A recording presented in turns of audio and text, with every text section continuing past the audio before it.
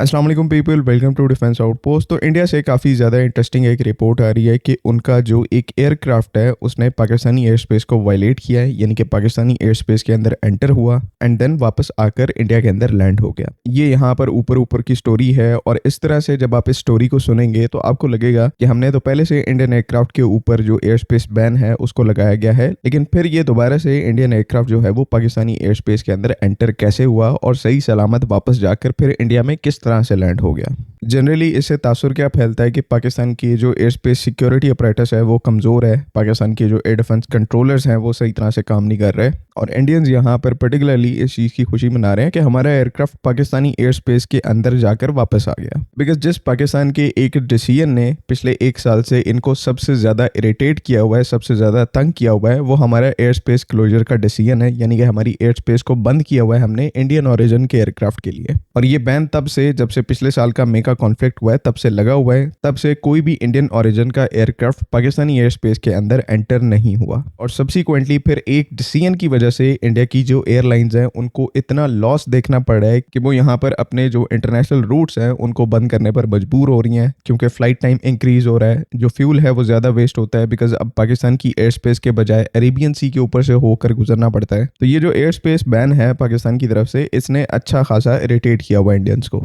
और जैसे यहाँ पर ये कल न्यूज़ आती है कि एक इंडियन एयरक्राफ्ट की तरफ से पाकिस्तानी एयर स्पेस को वायलेट किया गया है, तो आपको यहाँ पर बड़े अच्छे तरीके से पता है कि इनके सोशल मीडिया का रिएक्शन क्या होना था, किस तरह की बातें इन्होंने करनी थी, और वही सब कुछ इस टाइम के ऊपर चल रहा है। अब रियलिटी इस पूरे मामले की क्या है कि अमृतसर के ऊपर जो कि बॉर्डर के करीब एरिया है, पाकिस्तान की साइड पे लाहौर है, इंडिया की साइड पे अमृतसर है, ये दोनों शहर जो हैं वो बॉर्डर के काफ़ी ज़्यादा करीब हैं और एक दूसरे के भी काफ़ी ज़्यादा करीब हैं। तो अमृतसर के ऊपर इंडिया वाली साइड में एयर इंडिया की जो एक फ़्लाइट है उसे अमृतसर इंटरनेशनल एयरपोर्ट का जो ATC टावर है वो एक होल्डिंग पैटर्न में रखता है, यानी कि हवा में ही वेट करने को कहता है, जहाँ पे एयरक्राफ्ट जो है वो फिर चक्कर लगाता लगाता अपना जो टाइम है उसको स्पेंड करता है। बिकॉज जो कुछ रिपोर्टेडली कहा जा रहा है कि अमृतसर रनवे के ऊपर कुछ काम चल रहा था जिसकी वजह से उस एयरक्राफ्ट की जो लैंडिंग है, एयर इंडिया की फ्लाइट की लैंडिंग है, उसको थोड़ा सा डिले किया गया। तो यहाँ पर इसी डिले के अंदर जब वो एयर इंडिया की फ्लाइट जो है होल्ड कर रही थी अमृतसर के ऊपर, तो होल्डिंग पैटर्न में वो थोड़ा सा पाकिस्तानी एयर स्पेस के अंदर एंटर हो जाते हैं। और अगर आप यहाँ पर फ्लाइट ट्रैकर के ऊपर देखोगे तो जानबूझकर जो सर्कल है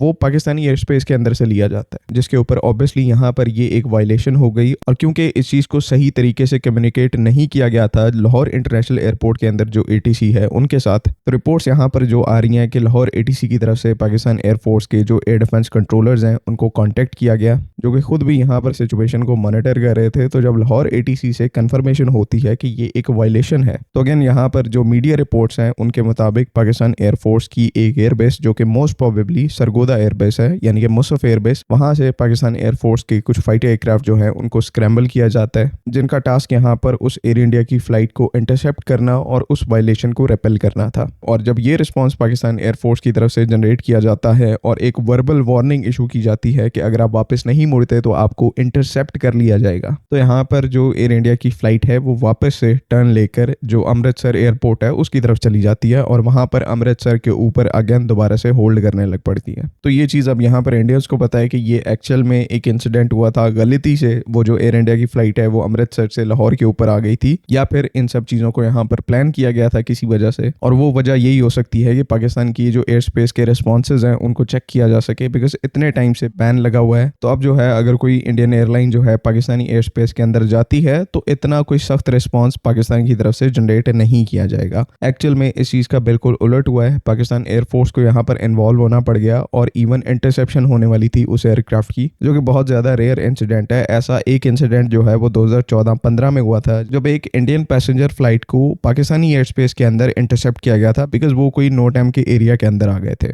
तो इंटरसेप्शन के बाद उस एयरक्राफ्ट को एस्कॉर्ट करके पाकिस्तानी एयर स्पेस से बाहर निकाला गया था। ऐसा ही कुछ जो है आपको कल लाहौर के ऊपर या फिर अमृतसर के ऊपर देखने को मिल सकता था, लेकिन फॉर्चुनेटली वो जो एयर इंडिया की फ्लाइट है वो टाइम के ऊपर वापस लौट गई और इंटरसेप्शन से यहाँ पर बचत हो गई। तो at the end of of the day moral of the story यही है कि जिसको लग रहा है कि पाकिस्तान एयरफोर्स या फिर पाकिस्तान की जो एयर डिफेंस रिस्पॉन्स है वो कुछ टाइम के बाद वीक हो गए हैं, कमज़ोर हो गए हैं, तो वो खुद ये चीज़ आकर देख सकता है। स्पेशली इंडियन एयरफोर्स जो है वो आकर देख सकती है कि पाकिस्तान के जो एयर स्पेस के डिफेंसेस हैं वो किस तरह के हैं। खुद आने की बजाय ऐसे पैसेंजर एयरक्राफ्ट को या फिर सिविलियन एयरलाइनर्स को भेजेंगे तो आपकी फिर क्या इमेज रह जाएगी। बाकी खैर आई होप कि तमाम चीज़ें यहाँ पर क्लियर हैं। आपका कोई ओपिनियन है तो काइंडली कमेंट्स में उसको ज़रूर मेंशन करें। बाकी अगली वीडियो तक के लिए अल्लाह हाफ़िज़। पाकिस्तान जिंदाबाद।